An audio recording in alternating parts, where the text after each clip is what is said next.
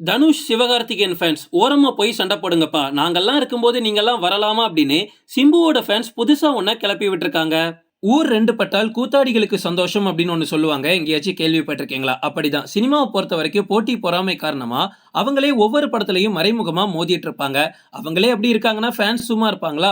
Social media தொடங்கி நடு road வரைக்கும் எங்கால் தாண்டா கெத்து, எங்கால் தாண்டா மாசு அப்படின்னு சண்டை போடுவாங்க. இதனாலேயே இப்ப இருக்கக்கூடிய முக்காவாசி ஹீரோஸும், ஏன் எல்லா ஹீரோஸுமே ட்ரோல் மெட்டீரியலா மாறிடுறாங்க. ட்ரோல் பண்ணப்படாத ஹீரோஸே இப்போ கிடையாது. அந்த வகையில தனுஷ்க்கும் எஸ்கேக்கும் உள்ள பிரச்சனை பல நாட்களாவே பஞ்சாயத்து தொடர்ந்து நடந்துகிட்டே இருக்கு. எஸ்கே மட்டும் வாய மூடிட்டு சும்மா இருந்தா இந்த பிரச்சனை எப்பவோ முடிஞ்சிருக்கும் அப்படின்னு தனுஷ் ஃபேன்ஸும், உங்க ஆள் மட்டும் என்ன சும்மாவா அப்படின்னு எஸ்கே ஃபேன்ஸும் ஆரம்பத்துல இருந்து இப்ப வரைக்கும் மோதிக்கிட்டு தான் இருக்காங்க.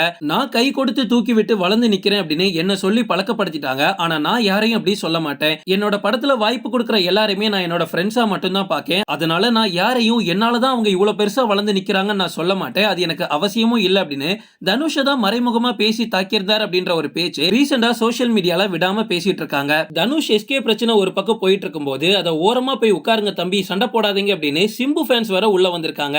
சிம்பு ஃபேன்ஸ் என்ன சொல்றாங்க அப்படின்னா, நீங்க எல்லாம் ஒரு ஆளாடா, சைலண்டா ஸ்கோர் பண்றது எங்கால் தாண்டா அப்படின்னு சொல்லியிருக்காங்க. அதாவது சிம்பு ரசிகர்கள் இதை பார்த்துட்டு சும்மா இருக்காம உங்க ஹீரோக்கள் பண்ணதை விட எங்க ஹீரோ தாண்டா அதிகமா பண்ணிருக்காரு அப்படின்னு சிம்பு பண்ண சில விஷயங்களை பரப்பிட்டு இருக்காங்க. அந்த வகையில சந்தானம், பிரேம்ஜி, நெல்சன், விக்னேஷ் சிவன், சாண்டி இவங்க எல்லாருக்கும் வாய்ப்பு கொடுத்து தூக்கி விட்டது சிம்பு தானே. இவங்களே பல மேடைகள்ல அவருக்கு நன்றி சொல்லியிருக்காங்க. அது மட்டும் இல்ல, என்னோட திறமைக்கு முதல் அங்கீகாரம் கொடுத்து ஊக்கம் கொடுத்ததே சிம்பு தான் அப்படின்னு பிரதீப்பும் சசிகுமார் கூட நிறைய ஸ்டேஜ்ல சொல்லியிருக்காங்க. ஆனா அது மட்டும் இல்ல, இப்பெல்லாம் எஸ்கே ஃபேன்ஸ் வந்து கதறிட்டு இருக்காங்கல்ல. எஸ்கேவே ஒரு வீடியோல சொல்லியிருக்காரு, ஆரம்ப காலத்துல என்னோட படங்கள் வெளியாகும் போது பெருசா மக்கள் கிட்ட ரெஸ்பான்ஸே இருக்காது. அப்போ யாராவது சினிமால இருக்கிறவங்க நம்மளை கூப்பிட்டு பாராட்டினா நமக்கு எவ்வளவு சந்தோஷமா இருக்கும். அப்படி என்ன ஃபர்ஸ்ட் வாட்டி கூப்பிட்டு பாராட்டினது சிம்பு தான். அப்பெல்லாம் நான் ரொம்ப சின்ன பையன், என்ன பெருசா யாருக்குமே தெரியாது. சின்ன சின்ன படங்கள்ல நடிச்சிட்டு இருந்தேன். அப்பவே சிம்பு தான் எனக்கு கூப்பிட்டு கையெல்லாம் கொடுத்து சூப்பரா பண்றீங்க, உங்களால கண்டிப்பா முடியும், நீங்க பெருசா வரலாம் அப்படின்னு என்ன அப்பவே பாராட்டினாரு அப்படின்னு சொல்லியிருக்காரு. சிம்பு இவ்வளவு பண்ணியிருக்காரு அப்படின்னு நம்ம சொன்னாலும் இவ்வளவு விஷயத்தையும் நான் பண்ணியிருக்கேன் அப்படின்னு சிம்பு ஒரு ஸ்டேஜ்லயோ ஒரு இன்டர்வியூல கூட சொன்னது கிடையாது. சிம்பு இப்படி சொன்னதே கிடையாது. எங்க ஆளோட பெருந்தன்மையை பாத்தீங்களாடா, நீங்க என்னடா தனுஷ் ஃபேன்ஸ் எஸ்கே ஃபேன்ஸ் இப்படி கதறிட்டு இருக்கீங்க, எங்க ஆள்கிட்டலாம் நீங்க வர முடியுமா, சைலண்டா போங்கடா அப்படின்னு சிம்பு ஃபேன்ஸ் இப்போ அந்த வீடியோ எல்லாத்தையுமே வைரல் பண்ணிட்டு இருக்காங்க. இப்போ நம்ம எஸ்கே தனுஷ் பிரச்சனைக்கு வருவோம். இங்க பிரச்சனை என்ன அப்படின்னா, உண்மையாவே எல்லாருக்குமே தெரியும், இதை எஸ்கே ஃபேன்ஸ் கூட மறக்க முடியாது. தனுஷ் வாய்ப்பு கொடுத்து தான் எஸ்கே இன்னைக்கு இவ்வளவு பெரிய இடத்துல வந்திருக்காரு.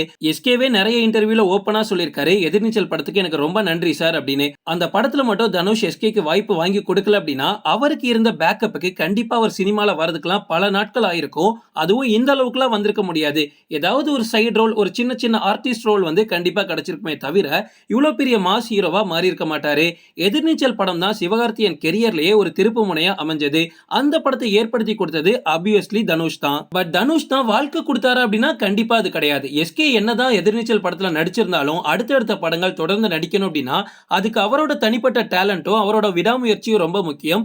அதை கண்டிப்பா எஸ்கே போட்டாரு. எஸ்கே சினிமாக்குள்ள வந்து இன்னைக்கு இவ்வளவு பெரிய இடத்துல இருக்கிறதுக்கு தனுஷ் ஒரு காரணமே தவிர தனுஷ் மட்டுமே காரணம் கிடையாது. இந்த விஷயம் ஆனா இவ்வளவு பெருசா ஆனது காரணம் கண்டிப்பா எஸ்கே தான். ஏன்னா தனுஷ் எந்த இடத்துலயுமே போய் நான் தான் இந்த பையனை வளர்த்து விட்டேன், இன்னைக்கு எஸ்கே இப்படி இருக்கிறதுக்கு காரணமே நான் தான், அவனுக்கு எதுவுமே தெரியாம வந்தா நான் தான் எல்லாம் சொல்லி கொடுத்தேன் அப்படின்லாம் எங்கேயுமே சொன்னது கிடையாது. எஸ்கே தான் ஒவ்வொரு இடத்துலயும் போய் வாலண்டியரா இதை சொல்றாரு. அப்படி சொல்லும் போதுதான் இந்த மாதிரி ஒரு சர்ச்சை வெடிக்குது. அவர் அமைதியா இருந்தாலே அவரை யாரும் எதுவும் சொல்ல போறது இல்ல, யாரும் எதுவும் கேட்க போறது இல்ல. அவரே வந்து இப்படி சொல்லும் போதுதான் அப்போ இல்லையா தனுஷால நீங்க வரலையா அப்படின்ற கேள்வி வருது. எல்லாருக்குமே தெரியும் எஸ்கேவோட அடுத்த ஆசையே எப்படியாவது விஜயோட இடத்தை பிடிக்கணும் அப்படின்னு தான். அப்படிலாம் ஒண்ணும் கிடையாது அப்படின்லாம் நினைக்காதீங்க. பிராக்டிக்கலா நடக்கிறத யோசிச்சு பாருங்க. எஸ்கேவோட ஒரே ஒரு பிளான் அடுத்த இளைய தளபதியோ இல்ல தளபதியோட இடத்தை பிடிக்கணும், அது மட்டும் தான். எஸ்கேவோட அமரன் படம் வேற ரிலீஸ் ஆக போகுது. நிறைய சர்ச்சைகள்ல ஏற்கனவே மாட்டிருக்காரு. சப்போஸ் அந்த படம் மட்டும் தப்பி தவறி ஃபிளாப் ஆயிடுச்சு அப்படின்னா கண்டிப்பா மொத்தமா எஸ்கேவே பொளந்துருவாங்க. ஓகே ஃப்ரெண்ட்ஸ், இதோட நான் இந்த வீடியோ முடிச்சுக்கிறேன். இன்னொரு இன்ட்ரெஸ்டிங்கான வீடியோல நம்ம சந்திக்கலாம். Stay tuned.